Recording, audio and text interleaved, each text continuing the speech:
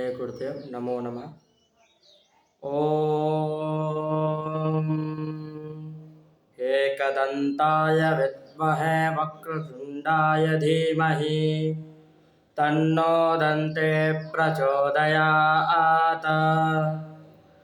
ओम गणानां त्वा गणपतिगुं भवामहे कविं कवीनामुपमश्रवस्तमम् ज्येष्ठराजं ब्रह्मणां ब्रह्मणस्पद आनशृण्वन्नोतिभिश्रीदसाधनम्।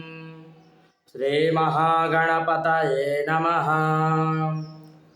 नमस्ते अस्तु भगवन् विश्वेश्वराय महादेवाय त्र्यम्बकाय त्रिपुरान्तकाय त्रिकाग्निकालाय कालाग्निरुद्राय नीलकण्ठाय मृत्युञ्जयाय सर्वेश्वराय सदाशिवाय श्रीमन्महादेवाय नमः।